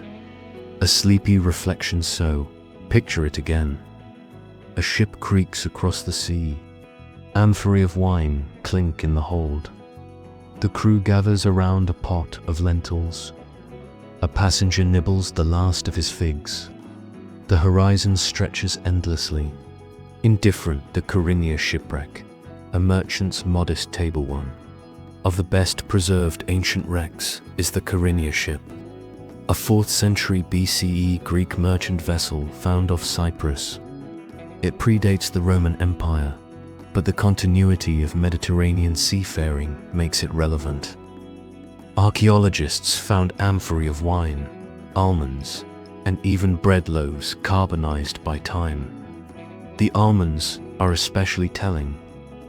They weren't cargo, they were snacks. Something the crew munched on between tasks. Imagine a sailor cracking almonds on deck, tossing shells into the sea, watching them float away. A small luxury, a reminder of land, carried into the endless blue dot by the Roman period. The same pattern held. Cargo in bulk, crew rations in modest variety, and the occasional treat tucked away for morale. Contracts and rations. We actually have fragments of contracts that mention sailors' rations. In some papyri from Roman Egypt, sailors are promised a daily allowance of grain, oil, and sometimes wine. The amounts weren't generous, just enough to keep a man working. One contract specifies about a pound of grain per day. That's enough for porridge, maybe bread if you had access to an oven. Oil was measured in small amounts, used for cooking or dipping. Wine was rationed too, though sailors often stretched it with water. It's striking how standardized it was. The empire thought in terms of logistics. How much grain per man? How many amphorae per voyage? The sailor's dinner wasn't just a meal. It was a line item in a bureaucratic ledger. The long voyage, mindset weeks at sea did strange things to the mind. Ancient writers hint at the monotony, the endless horizon, the creaking timbers, the same meals day after day. Psychologists today would call it sensory deprivation. Sailors had few stimuli. No books, no phones, no Netflix. Just the sea, the sky, and the porridge pot, so meals became anchors in time. Morning bread, evening stew. The rhythm of eating gave structure to days that otherwise blurred together. Without it, the voyage would have been unbearable. The passenger's complaintly is returned to Cicero because he's too good to skip. On one voyage, he wrote letters complaining of seasickness, bad weather, and general misery. He doesn't describe the food, but you can imagine him. A man used to banquets, reduced to nibbling stale bread while clutching his stomach. For Cicero, the voyage was an ordeal. For the sailors, it was routine. That contrast says everything about Roman society. What was hardship for the elite was daily life for the laborers. The anticipation of land, one of the most powerful moments of any voyage, was sighting land. Not just because it meant safety, but because it meant fresh food. After weeks of porridge and salted fish, the thought of bread from a bakery, fruit from a market, or meat from a tavern was intoxicating. Sailors probably dreamed of it. They probably talked about it every night, what they'd eat first when they reached port. A loaf of bread still warm from the oven, a wedge of cheese, a cup of fresh wine. The anticipation was almost as nourishing as the food itself. Humor as survival. Vev touched on this before, but it's worth repeating. Humor was essential. Sailors joked about their rations, mocked passengers, and sang songs about storms. Laughter turned misery into endurance. Imagine a sailor lifting his bowl of porridge and declaring it a feast fit for Jupiter, or another pretending to toast Neptune with sour wine. The jokes weren't funny in themselves, but in the monotony of the sea, they were lifelines. A sleepy reflection. So, picture it again. A ship creaks across the waves. The crew gathers for their evening meal. A pot of beans bubbles on the brazier. A passenger sulks, dreaming of banquets. A sailor cracks a joke, and the crew laughs, not because it's funny, but because it's necessary. The storm as dinner. Let's start with the obvious. Storms ruined everything, not just sails and timbers, but meals. When the sea turned violent, the brazier went cold. No one dared light a fire on a pitching deck. Pots slid, bowls spilled, and sailors clung to ropes instead of spoons. So storms weren't just terrifying, they were hungry. A storm could mean a day or two of nothing but hardtack, chewed miserably while rain soaked your clothes. Imagine gnawing on a rock-hard biscuit while the ship groaned like it might split in half. Not exactly fine dining. Rituals before the waves. Romans were practical, but they were also deeply superstitious. Before voyages, sailors offered sacrifices, a splash of wine, a crust of bread, sometimes even a small animal. The idea was simple. Feed the gods before you feed yourself. On board, rituals continued. A bit of porridge tossed into the sea for Neptune. A prayer muttered before dipping bread into wine. These weren't grand ceremonies. They were small, habitual gestures. Insurance policies against the chaos of the sea. The smell of fear and garum. Writers loved to describe storms in dramatic terms. Black skies, roaring waves, sailors crying out to the gods. But what they didn't describe, though we can imagine, was the smell. Wet wood, sweat, vomit, and garum. A storm was a sensory assault, and food was part of it. The porridge pot might survive, but no one wanted to eat. Seasickness was the great equalizer. Even the hardiest sailor could be reduced to clutching his stomach, glaring at the hated bowl of barley, remembering the sea from land. Here's the irony. Most of what we know about Roman seafaring comes from people who weren't sailors. Philosophers, poets, satirists. They wrote about the sea from the safety of land. For them, the sailor's porridge was a metaphor, a symbol, a moral lesson. For the sailors themselves, it was just dinner. But their voices are mostly lost. What survives is the literary version. Storms as divine punishment, porridge as virtue, salted fish as comedy. The reality was grimmer, but less quotable. The ritual of arrival when a ship finally reached port. Food took on a new meaning. The first meal on land was almost sacred. Fresh bread, fruit, meat, things denied for weeks. Sailors probably remembered those meals more vividly than the storms.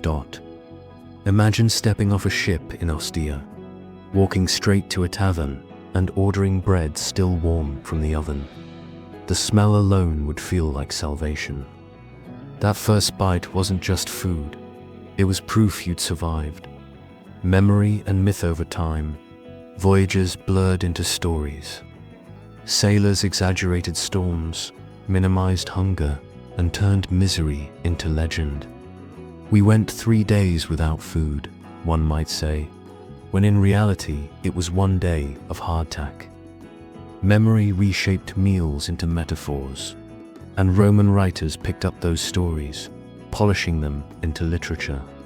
The sailor's porridge became a stoic lesson. The storm became a divine test. The reality, wet, hungry, smelly, was lost in the retelling. A sleepy reflection so, picture it again. A storm lashes the ship. The brazier is cold. The crew gnaws on hardtack, mutters prayers, and dreams of bread in port.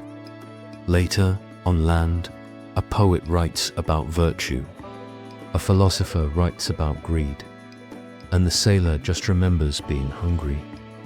Famous storms in the source's ancient writers loved a good storm story. They weren't subtle about it either. Storms were always divine punishment, moral lessons, or cosmic theater. Josephus, the Jewish historian, once described being shipwrecked on his way to Rome. His ship carried about 600 people, an absurdly high number. But let's give him the benefit of the doubt. A storm hit, the ship broke apart, and Josephus survived by clinging to wreckage. He doesn't describe the food, but you can imagine the porridge pot overturned, the salted fish washed away. Sailors too sick to eat even if they wanted to. Acts of the Apostles gives another storm tale, with Paul on a grain ship bound for Rome.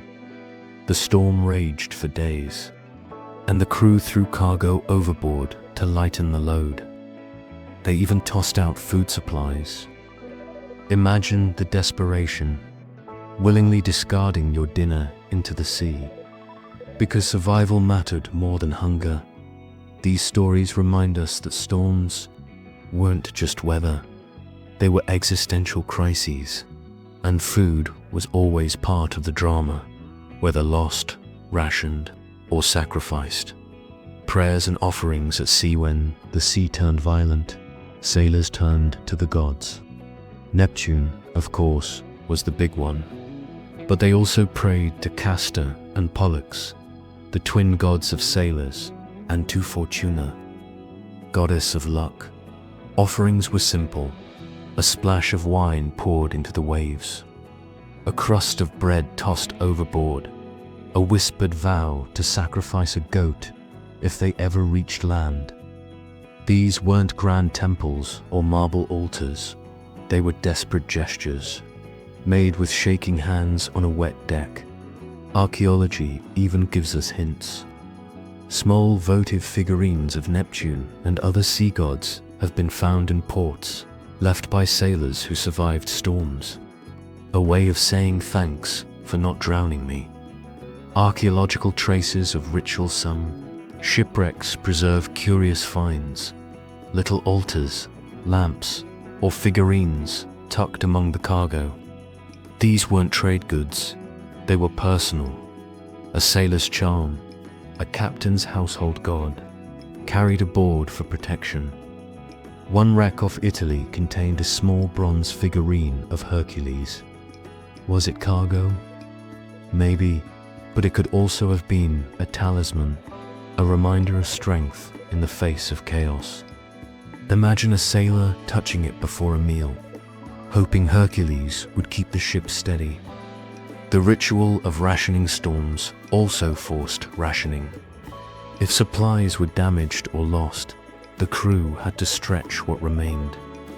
That meant smaller portions, fewer meals, and more hunger. Rationing itself became a ritual. The master of the ship or the quartermaster would measure out grain, pour wine, divide cheese. Each sailor received his share. No more, no less. It was a moment of order in the middle of chaos, and in a way, it was sacred. The fairness of rations could mean the difference between mutiny and survival.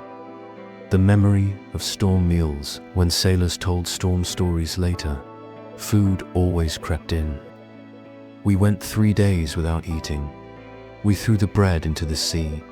We survived on a handful of beans.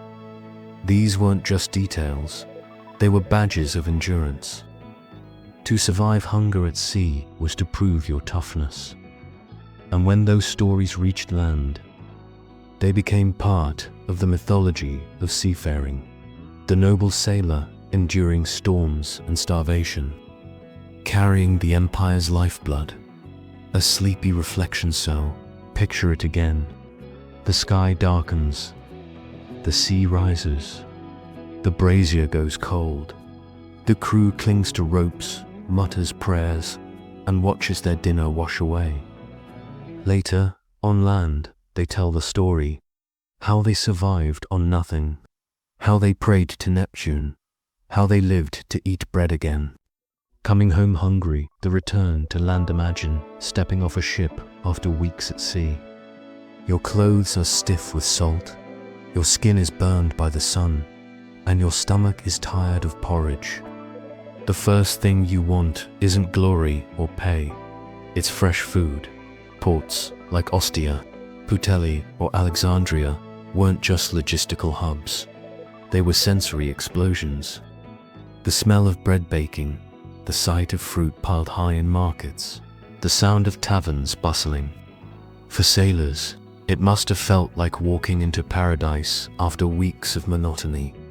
The first meal assured the first meal on land was almost ritual. Sailors craved variety. Bread still warm from the oven, cheese that hadn't been sweating in a barrel, fruit that hadn't been dried into leather. Meat, if they could afford it, was a luxury. Taverns near ports specialized in feeding sailors. Stews, bread, cheap wine. Nothing fancy, but compared to shipboard rations, it was a feast.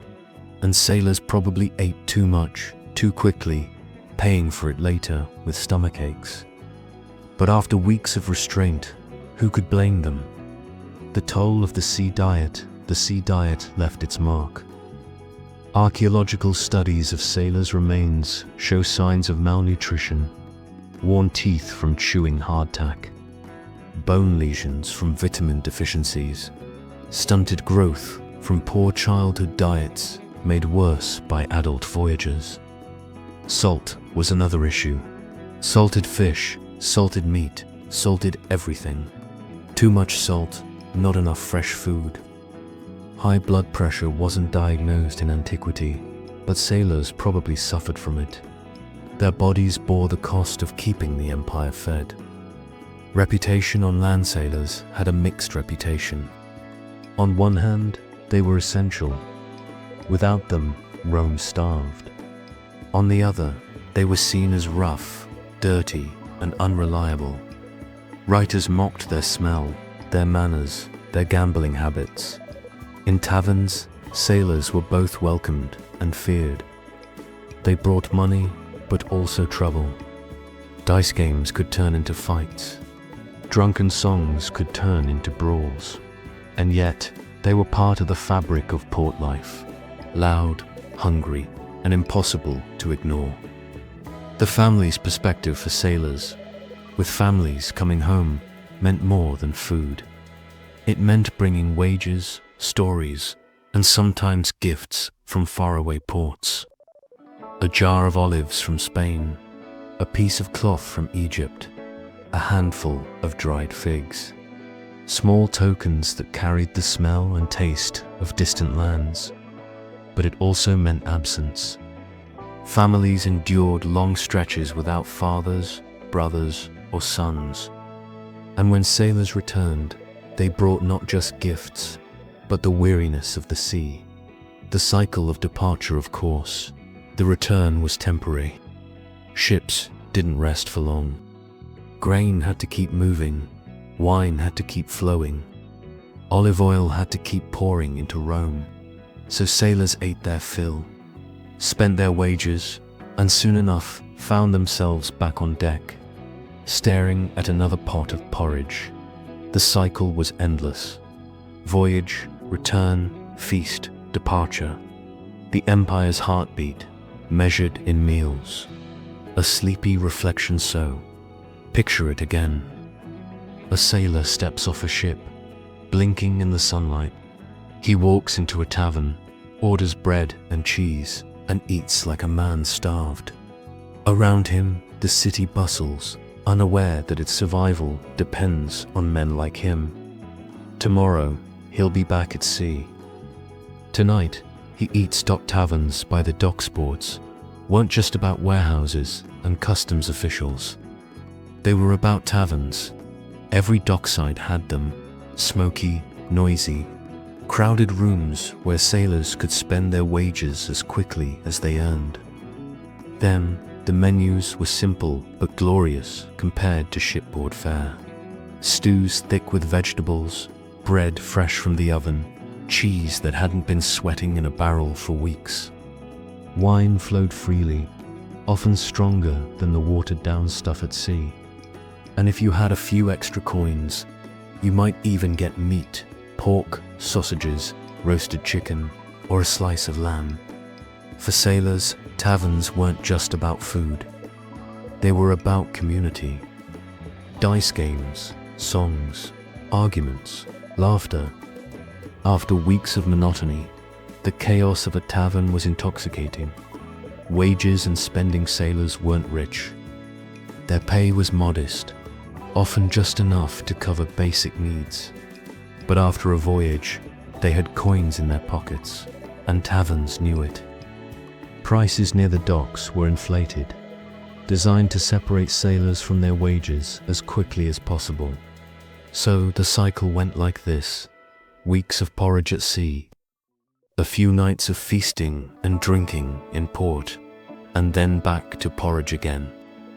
The empire's economy depended on it. Sailors kept the grain moving, and taverns kept the sailors moving. Diets compared.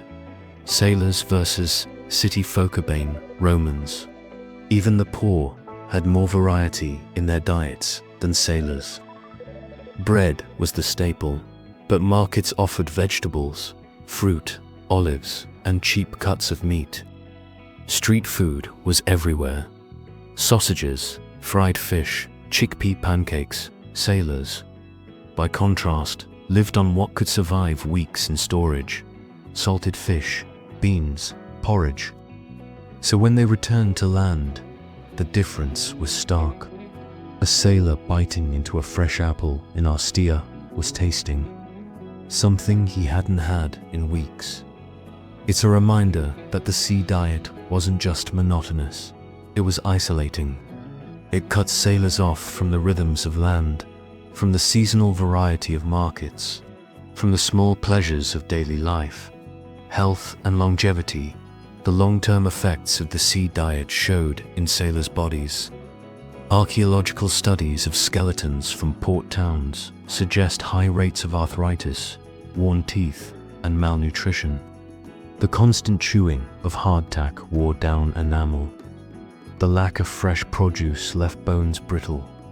And yet, sailors endured. They weren't expected to live long, but they lived hard. Their bodies bore the cost of empire, just as surely as the marble of Rome's monuments did. The social divide when sailors mingled with city folk. The divide was obvious. Their clothes were rough, their manners coarse, their smell unmistakable. Writers mocked them as uncouth, but also acknowledged their necessity. Rome couldn't live without them, even if it didn't want to live with them. In taverns, though, the divide blurred. A sailor and a dock worker might share a jug of wine, laugh at the same joke, curse the same officials. Food and drink leveled the field, at least for a night. A sleepy reflection, so picture it again. A sailor steps into a tavern, coins jingling in his pouch. He orders bread, cheese, and wine. He eats like a man starved, laughs like a man free, and spends like a man who knows he'll be back at sea soon. Tomorrow, the cycle begins again. Tonight, he feasts. The echo of the Roman sea diet, the Roman sailor's diet, grain, salted fish, wine, didn, single quote to vanish with the empire. It echoed forward. Medieval sailors ate almost the same things. Hardtack, salted meat, dried beans, sour wine or beer. The technology changed, the ships changed, but the food didn't. It's almost funny. Rome fell, kingdoms rose. The world shifted, but sailors were still gnawing on rock-hard biscuits and praying for fresh bread in port. The continuity is almost depressing, but also comforting. Some things never change. Medieval echoes, hardtack forever by the Middle Ages. Hardtack had become the universal sailor's food. The Romans didn't invent it, but they perfected the logic. Bake bread until it's basically stone, and it will last forever. Medieval sailors cursed it just as Roman sailors did.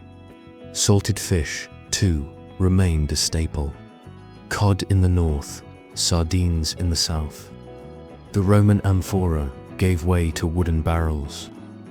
But the principle was the same. Salt it, pack it. Hope it doesn't rot. So when you picture a medieval sailor chewing on hardtack, you're basically picturing a Roman sailor with slightly different clothes.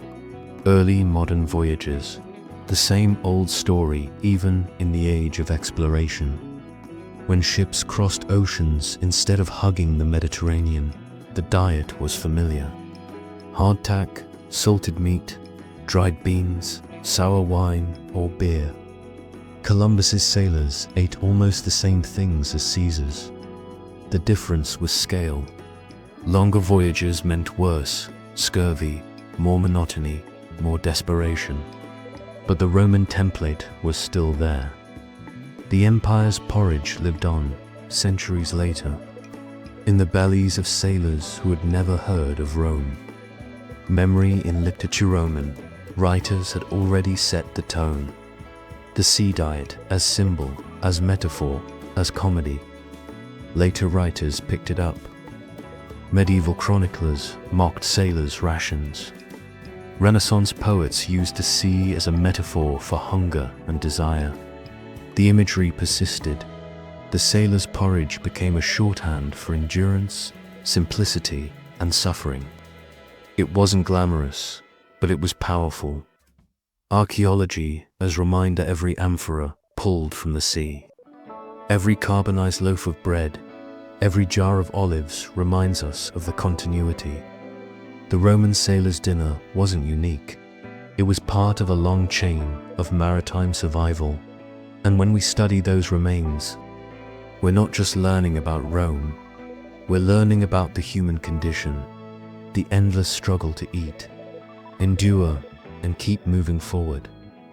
The symbolism of salt was the great preserver, the great equalizer. Roman sailors lived on salted fish. Medieval sailors lived on salted meat. Early modern sailors lived on salted everything. Salt was both salvation and curse, keeping food edible, but making it monotonous and unhealthy. It's no wonder salt became symbolic of endurance, of preservation, of necessity. The Roman sailors' salted fish was part of a much bigger story about how humans conquered the sea, one grain of salt at a time. A sleepy reflection, so picture it again. A Roman sailor dips his hardtack in sour wine. A medieval sailor does the same centuries later. An early modern sailor chews salted beef, dreaming of fresh fruit. The ships change, the empires change, but the meals stay the same. When the ships stopped sailing, the fragile arteries of Empire Rome's greatness depended on its grain fleets. Egypt, North Africa, Sicily, these were the breadbaskets.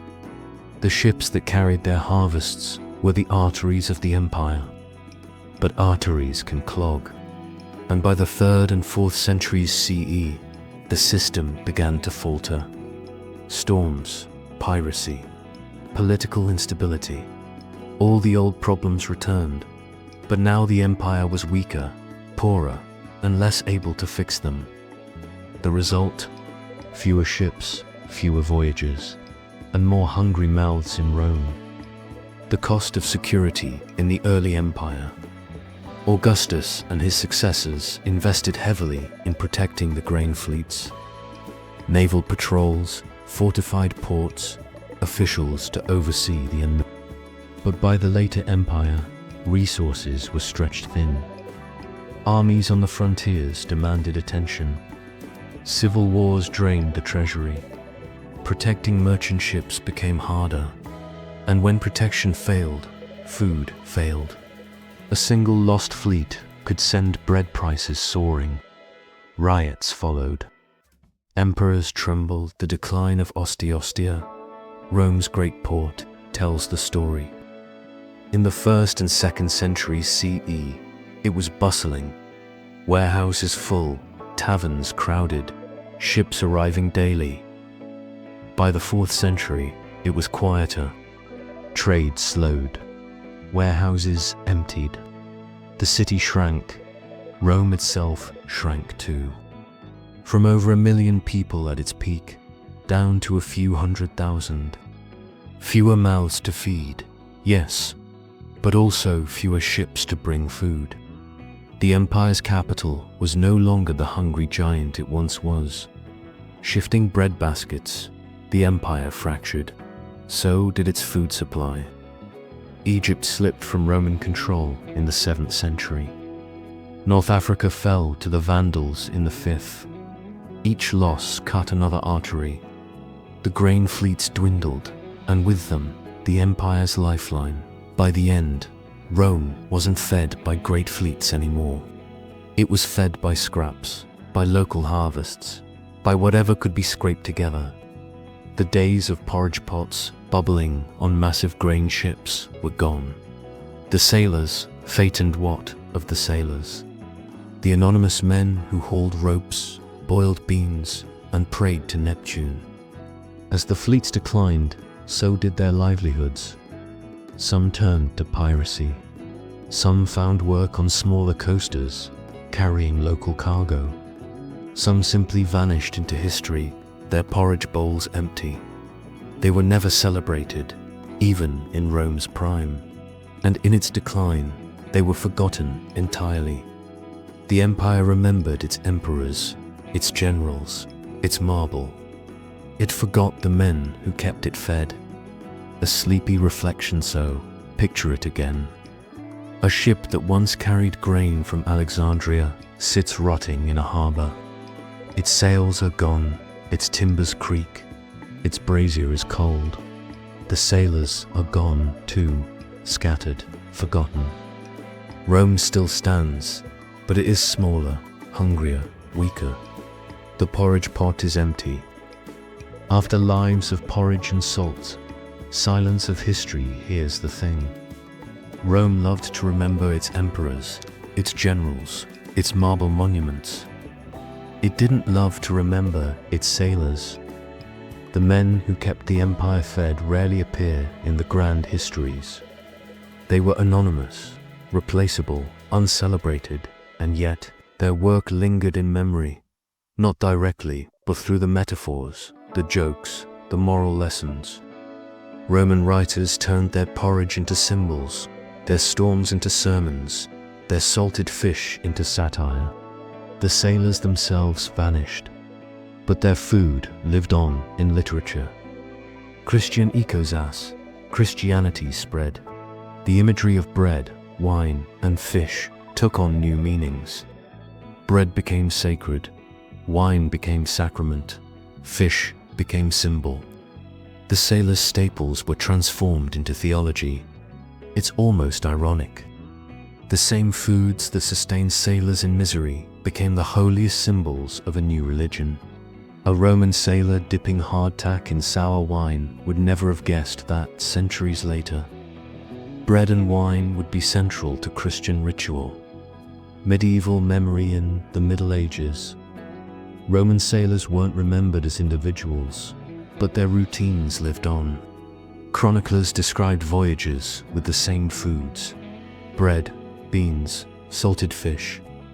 The continuity was so strong that medieval sailors could have swapped meals with their Roman predecessors and barely noticed. And in a way, that was the memory. Not names, not faces, but habits. The porridge pot, the salted fish, the jug of wine. A legacy of monotony. Renaissance rediscovery. When Renaissance scholars rediscovered Roman texts, they chuckled at the same jokes about seasickness and porridge. Satirists like Juvenal and philosophers like Seneca were read again, their words shaping how later generations imagined Roman sailors. The reality, the smell, the hunger, the rats. Was gone. What remained was the literary version. Sailors as symbols of endurance, simplicity, or comedy. The romantic sea by the 18th and 19th centuries. The sea had become romanticized. Painters showed heroic ships. Poets wrote of noble sailors. The porridge pot disappeared from the picture. No one wanted to imagine salted fish and hardtack. They wanted sunsets and adventure, and yet, the reality hadn't changed much. Sailors in Nelson's navy still ate hardtack, still drank sour wine or beer, still dreamed of fresh bread in port. The Roman legacy lived on, even if no one admitted it. Archaeology is meta today. Archaeology gives the sailors back their voice. Amphorae pulled from the sea, carbonized bread, jars of olives, all reminders of the meals that kept the empire alive. Museums display them, scholars study them, and suddenly the porridge pot is visible again. It's not glamorous, it's not heroic, but it's real. And it's a way of remembering the forgotten men who fed an empire. A sleepy reflection so. Picture it one last time. A Roman sailor dips his bread in sour wine. Centuries later, a medieval sailor does the same. Centuries after that, an archaeologist lifts a carbonized loaf from the sea floor. The sailor is gone, but his meal remains. It's not glamorous. It's not heroic, but it's human.